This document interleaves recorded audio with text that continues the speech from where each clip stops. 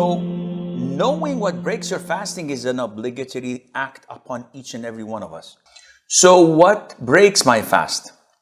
There are 7 things that usually scholars mention when they talk about things that nullify fasting. The greatest of them all is intercourse. Of course, with a spouse. I'm not talking about zina, fornication, adultery. I'm talking about legitimate relationship between a man and his wife.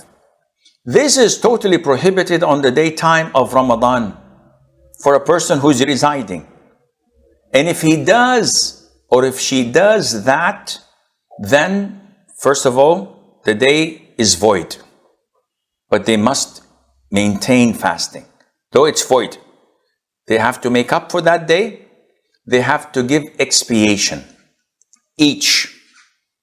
And the expiation is to free a slave, or to fast 2 consecutive months, or to feed 60 poor person, not to choose of these 3, but to take them gradually. If you don't have a slave, you have to fast 2 consecutive months. If you're sick or unable to continue or complete these 2 consecutive months, then you have to feed 60 poor person.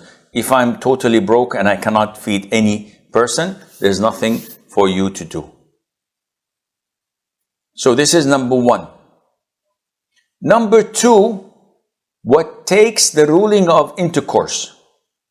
What is that? It's known as masturbation. Intentionally ejaculating.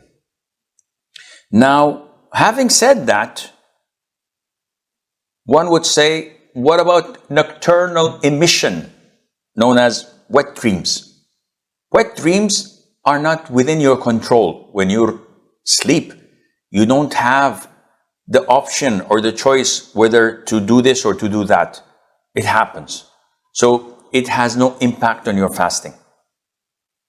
But to purposely ejaculate, whether by masturbating, by watching something that provokes you to ejaculate intentionally, in this case, this nullifies your fasting.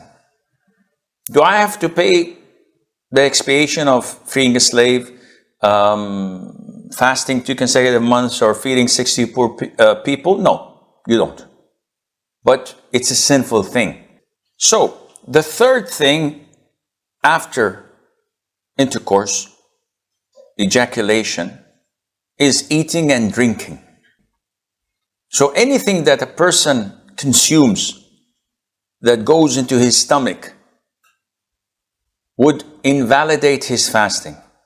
If he does this intentionally, and if he does this remembering and knowing the ruling of it, even if he swallows a pill, or he swallows a stone, this would invalidate his fasting.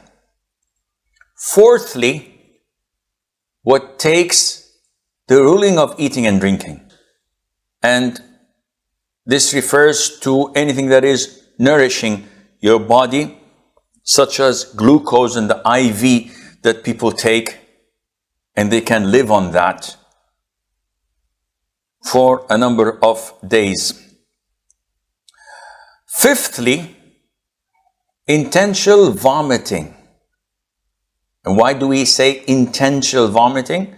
Because the Prophet ﷺ said, whoever is overwhelmed and vomits unintentionally, his fasting is intact. But whoever intentionally and deliberately vomits, then he has broken his fast. So, for example, someone fills up his stomach, and all of a sudden, without him intending it, he has to throw out. He goes and rushes to the toilet, he throws out. His fast is intact.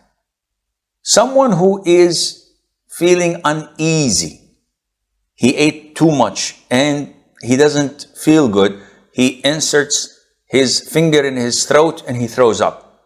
His fasting is invalid because he did that intentionally, whether by inserting his finger, by smelling something repulsive that makes him throw up. And the sixth thing that nullifies fasting is also unintentional, which is menstruation and postnatal bleeding. This is something that happens to women, and it's not by their choice. It's something that Allah Azza wa Jal decreed upon them. Once it happens, the fast is void and they cannot fast. And finally, an issue of dispute, which is cupping, in Arabic known as Hijama. This is done by slashing the bottom of the neck or the back and sucking out rotten blood. And this is a prophetic means of healing. It is perfect for high blood pressure and for migraines. Those who suffer from migraines, once they do this, they are relieved for like 5-6 months from their migraines. And the Prophet ﷺ instructed us to do this cupping or hijama. And he himself did it, ﷺ. But if a person has to do the random check of diabetes, or he has to take a sample of blood for lab tests, does this fall under hijama? The answer is no. There's no problem in doing that. What about blood donation?